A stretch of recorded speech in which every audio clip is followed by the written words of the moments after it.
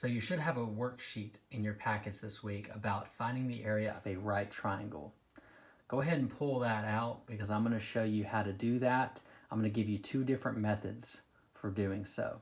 The first method we call doubling, okay? Now, you'll remember from our talk about parallelograms that in order to find the area of an object, you have to have full squares, okay? We have a lot of partial squares here. So this object here, we cannot find the area of it unless we have full squares. So here's one way to do that. It's called doubling. We are going to insert another triangle, just like this one. Let me get this. Here we go. All right, so I'm doing here. I've taken another triangle and I've put it right along next to this one, essentially doubling this triangle right here. What that does is now it makes a square with all full squares inside, and I can find the area of this square. That's going to be better than trying to find it just through the triangle. So, as you can remember, here's our formula for finding the area of a rectangle or square. Area equals base times height. So let's find these real quick, all right? Our base is 1, 2, 3, 4, 5, 6, 7, 8, 9, 10 squares. Our height is 1, 2, 3, 4, 5, 6, 7, 8, 9, 10. 10 squares here. Okay, so we know then that in this particular square, our area is these two multiplied together, which is 100, okay? 100. All right, however, we're not trying to find the area of the square, we're trying to find the area of the triangle. So what do? We take half of it away.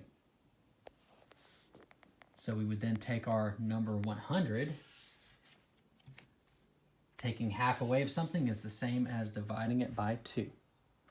And 100 divided by 2 gives us 50.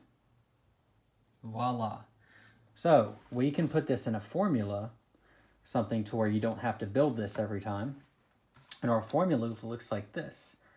Area of a right triangle is base times height divided by 2. So you would multiply these two together, and then you would take that answer and divide it by 2, or cut it in half. And that's how you do it. Let's show you the other way of doing this, okay? You can choose whichever method you like. Here is our second method.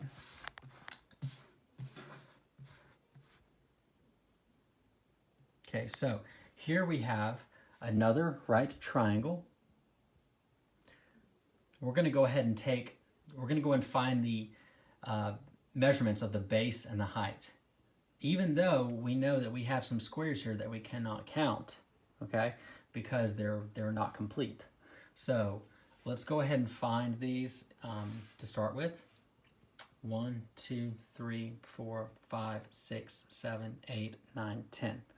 Okay, so our base here is 10. Our height is 1, 2, 3, 4, 5, 6, 7, 8, 9, 10. Our height is 10 as well. Okay? So the triangle in itself has a base of 10 and a height of 10, but we can't find the area because we have these incomplete squares. So I'm going to move something around to demonstrate to you how we would handle this. I'm going to take this top part off here, and I'm going to fit it like a puzzle piece at the end here. Everything matches up, and we now have a rectangle. And we know how to find the area of a rectangle, which is area equals base times height. So we've made it into something that we can find. So it may not be the triangle, but it's something we can find now. The only thing is do you see what happened here? Our height is no longer 10. It is 1, 2, 3, 4, 5. our height got divided by 2. Our height got cut in half, okay? So let's look at that now. If we move it back up here, and we say, okay, this is our triangle, we have a new formula.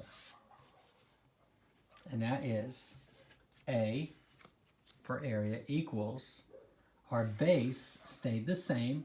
When we made this into a rectangle, our base stayed the same. So we just leave it there. However, our height got divided in 2. We cut it in half. Okay? And let's go ahead and put some parentheses around that. As you're going through the order of operations, this is very helpful here. Parentheses always goes first. So what we essentially did was our height on this triangle got cut in half. So we've communicated that through our formula. So the first thing that we would do is find our height, which is 10. We would find our base, which is 10. And we have something we can solve. So 10 divided by 2. Remember, we're going to do parentheses first. 10 divided by 2 is 5. Now we can just multiply these together. 10 multiplied by 5 is 50. So we have found 2 methods to find the area for a right triangle. Both methods gave us an answer of 50. So it just depends on your preference, which one works best for you. Let me go ahead and show you how to do this, say like on your sheet of paper. I'm going to give you a couple examples here. Okay, so from where I'm standing, I can see that board. However, if for some reason you all cannot see it, let me know and I'll come up with something else. But we're going to come up with 2 different problems, and for these problems we're going to use each method. Or for one problem we'll use one method, and for the other we'll use the other. So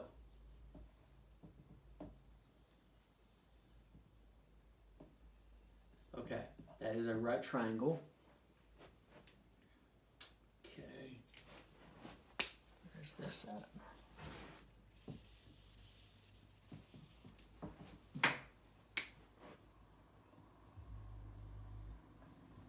This is what I was going for.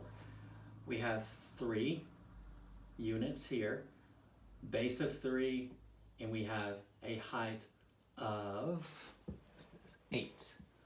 Base of 3, height of 8. Okay, so for this one, we're going to go A equals, area equals, base. Sorry, y'all. I want to make sure that you can see this, so I'm going to make it bigger. All right, area equals base multiplied by height divided by 2. That's what we're going to use for this one, okay? So I take my base, I multiply it by my height. 3 times 8 equals 24, okay? 24 divided by 2 equals 12 units squared.